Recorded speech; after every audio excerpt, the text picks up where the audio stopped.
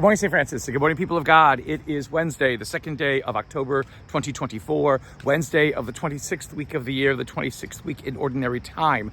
And today, so it's been a series of celebrations, feast days and memorials. It was Jerome, it was Teresa of Lisieux of the Infant Jesus, and today we have Guardian Angels on the second day of October.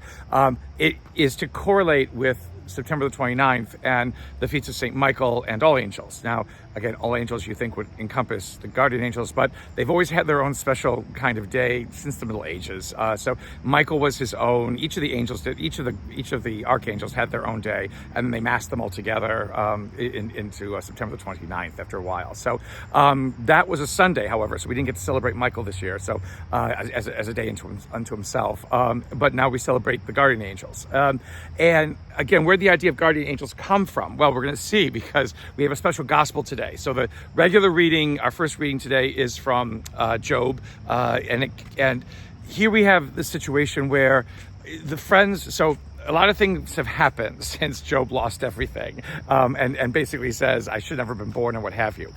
Friends come to visit him, 3 friends, who are of no help whatsoever. So this is where friendship sometimes works, sometimes it doesn't. Sometimes people know what to say, sometimes they don't. The wonderful thing about the story of Job is that here's a situation where people don't know what to say, and they say ridiculous and stupid things, because they keep telling him, you must have done something wrong. You must have done something wrong. God doesn't punish indiscriminately.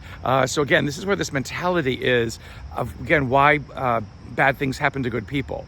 This idea that God would not punish indiscriminately. You have to have done something wrong for God to punish you, because, again, God is about punishing, which really, again, if we're listening to the prophets as they speak later, is not a God who wants to punish. It is not a God who wants to hurt or harm or maim or whatever it is. It's a God who wants to love and wants us to understand that love. So the position of these friends and of the culture from which they come from is all screwy. So that's the first thing. But their constant insistence that Job has done something wrong and needs to kind of amend for it, is something that then leads into this kind of question. Is that if we have this idea of a God who wants to punish us and that we have to make amends for, then is it ever capable of making amends before this God? Because anything that we do would never be enough for an almighty deity, who is many times more than us, and who we cannot comprehend, and who has done all these great things, again, that Job then lists, creating the stars, mountains, whatever it is, creating creation and all these kinds of things. And even if this God, were to come near, this Job says he would not know who this God is, maybe, and because this God can move in ways we can't understand. And then to even try to listen, to what it is that Job has to say, would this God even bother to listen?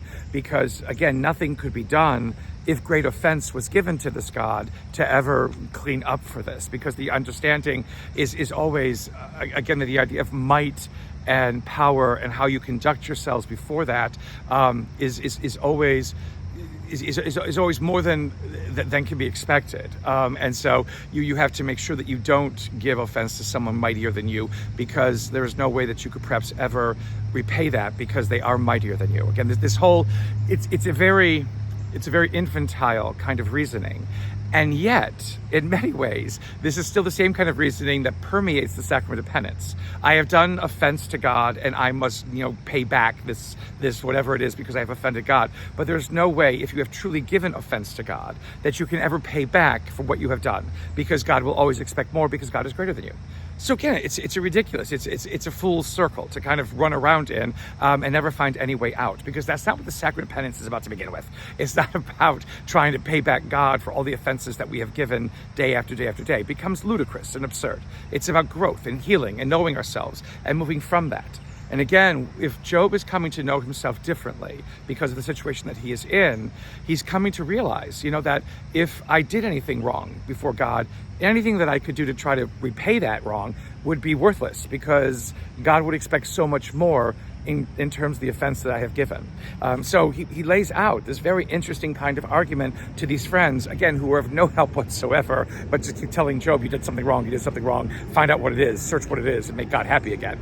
It's not about making God happy. It's about growth and understanding who and what we are as human beings, and moving forward with that knowledge of who we are and what God has created us to be.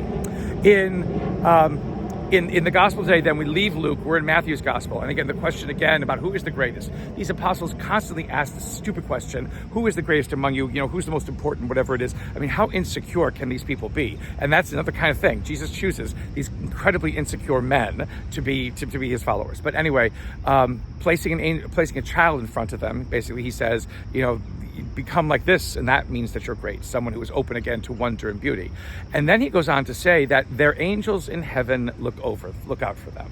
Well, does that mean that their angels is the children's angels, so everybody has an angel attached to them? And does that continue through adulthood, or does it just last in childhood? Again, all kinds of questions, but there's your origin of guardian angels. Jesus makes this very strange statement about angels in heaven looking after children, or maybe it's even looking after those who are of open and meekness of heart and open to beauty and wonder, that angels are attached to them to keep that wonder and beauty open, and allowing them to be able to see, again, the more that God has in store for us, the more that God presents to us and offers to us daily in our lives.